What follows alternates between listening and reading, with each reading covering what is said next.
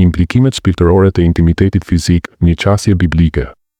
Mirë se vini në këtë video, ku do të eksplorojmë një temë të thellë dhe të rëndësishme, implikimet shpirtërore të intimitetit fizik.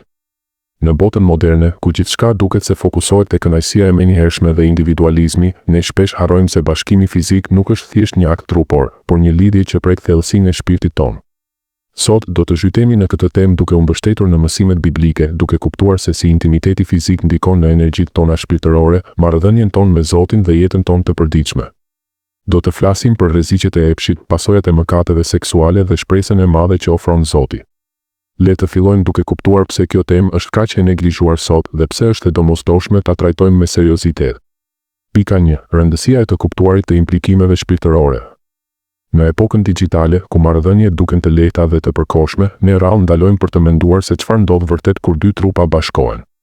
Intimiteti fizik nuk është vetëm një çlirim fizik, ai mbart një dimension shpirtëror të thellë që mund të ndryshojë trajektoren e jetës sonë. Shumë njerëz e shohin atë si diçka neutrale ose thjesht argëtuese, por Bibla na kujton se trupi ynë nuk është pronë private, ai është një tempull i shenjtë.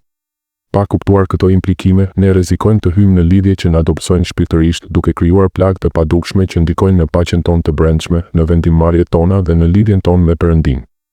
Është koha të ndalojmë dhe të pyesim, apo respektojmë shenjtërinë e këtij akti, apo po e përdorim për të mbushur boshllëqe emocionale?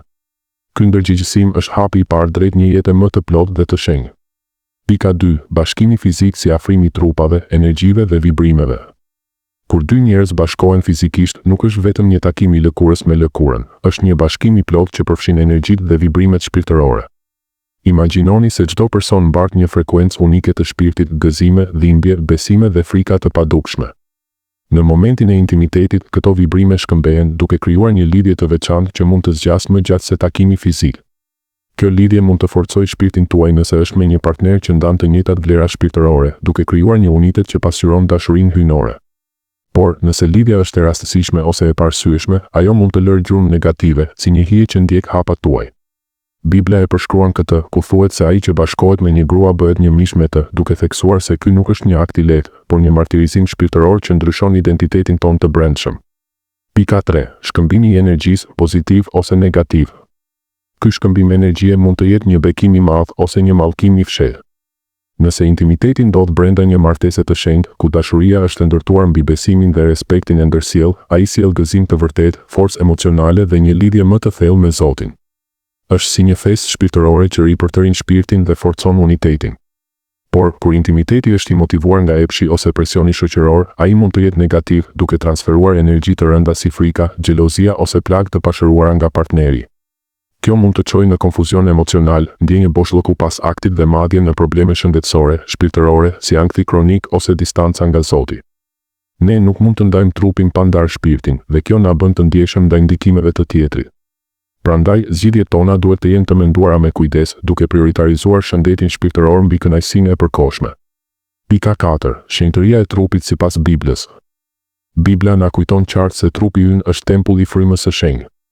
Apostolli Pali shkruan, a nuk e dini se trupi juaj është tempull i frymës së shenjtë që është në ju, të cilën e keni nga Perëndia, dhe se nuk jeni të vetvetes, sepse jeni blerë me një çmim. Pra, çojeni më lart Perëndin në trupin tuaj. Krishti na ka blerë me gjakun e tij të çmuar, duke na bërë pronësi të shenjtë. Kjo nuk do të thotë se trupi është i ndaluar, por se çdo akt fizik duhet të reflektojë këtë shenjtëri. Ne nuk jemi robër të epsheve tona, ne jemi të lirë për të nderuar Zotin përmes trupit ton, duke e përdorur atë për dashuri të pastër dhe jo për shkatërim. Pika 5. Paralajmërimi i Palit kundër përdorimit të pahishëm. Pali nuk lë vend për keq kuptime. Ai paralajmëron, a nuk e dini se ai që i ngjitet një prostitutës bëhet një mish me të? Por ai që i ngjitet Zotit bëhet një frym me të. 1 Korintasve 6:16-17. Kjo figurë e fuqishme tregon se intimiteti jashtë kornizës hyjnore na lidh me errësirën, duke na larguar nga uniteti me Zotin. Edhe nëse nuk është me një prostitut, çdo bashkim i pahishëm krijon një lidhje të tillë që mund të na pengojë të jemi plotësisht të lirë në shpirt. Kjo na fton të reflektojmë, apo zgjedhim lidhje që na afrojnë te Zoti, apo ato që na largojnë prej Tij. Pika 6. Epshi si armik dinak. Epshi nuk vjen si një armik i hapur, por si një dinak që fshihet në hije. Ai kërcënon të infiltrohet në jetët tona, duke filluar me mendime të vogla dhe duke u zhvilluar në zakone që korruptojnë marrëdhënien tonë me Zotin. Në Efesianëve thuhet, por kurvëria dhe çdo papastërti ose lakmi, as të përmendet mes jush, si qenë të hishme për shenjtorët. Epshi na largon nga prania e Zotit, duke krijuar një distancë shpirtërore që na bën të ndihemi të vetmuar dhe të dobët. Ai premton kënaqësi, por sjell robëri, duke na bërë të varur nga impulse që nuk na shërbejnë. Pika 7. Paralajmërimet biblike kundër epshit dhe papastërtisë. Bibla është e qartë në paralajmërimet e saj.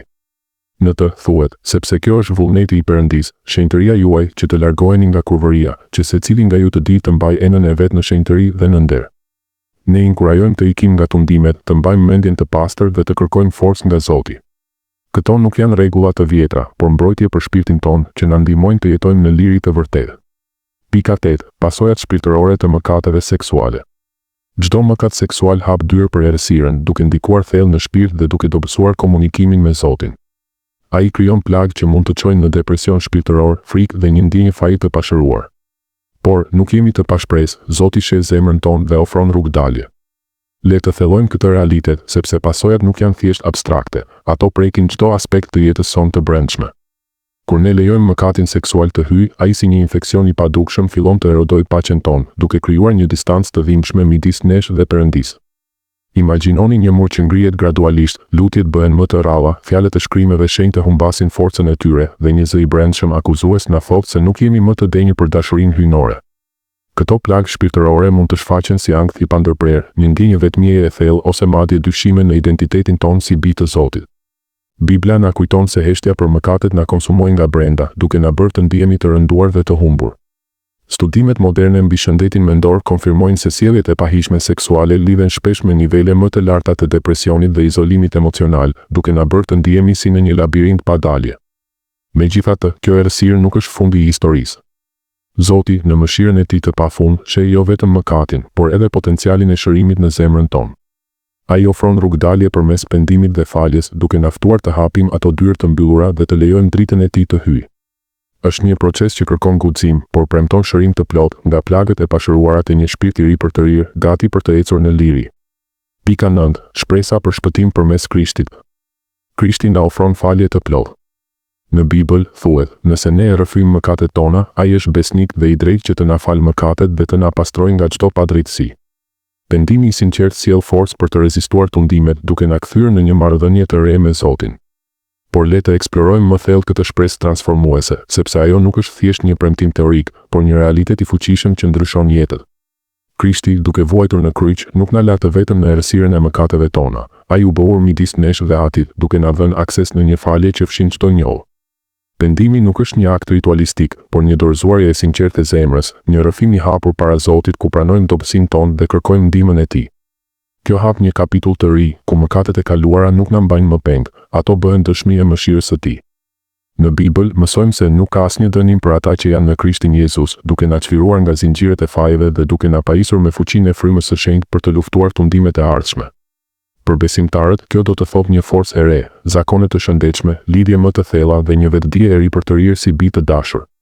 Shumë dëshmi nga jeta e krishterë tregojnë se pas një pendimi të vërtetë, njerëzit përjetojnë një paqe të papërshkrueshme, një gëzim që t'i kalon rrethanat dhe një aftësi për të ndihmuar të tjerët në udhën e tyre. Pra, nëse ndihesh i rrethuar nga plagët e mëkateve, mbaj mend, shpresa nuk është larg, ajo është në Krishtin, i cili të pret me krah të hapur për të kthyer në një marrëdhënie të plotë dhe të gjallë me të, duke të bërë një instrument të fuqishëm të dashurisë së Tij në botë. Përfundim. Në fund, ndërgjegjësohuni për fuqinë e intimitetit mbi mirëqenien tuaj shpirtërore. Kultivoni lidhje pozitive bazuar në dashuri të vërtetë dhe besim që ndërtojnë në vend që të shkatërrojnë. Le të jetojmë si tempuj të shenjtë, duke nderuar Zotin në çdo aspekt të jetës. Faleminderit që na ndoqët, abonohuni për më shumë dhe ndani mendimet tuaja në komente. Zoti ju bekoftë.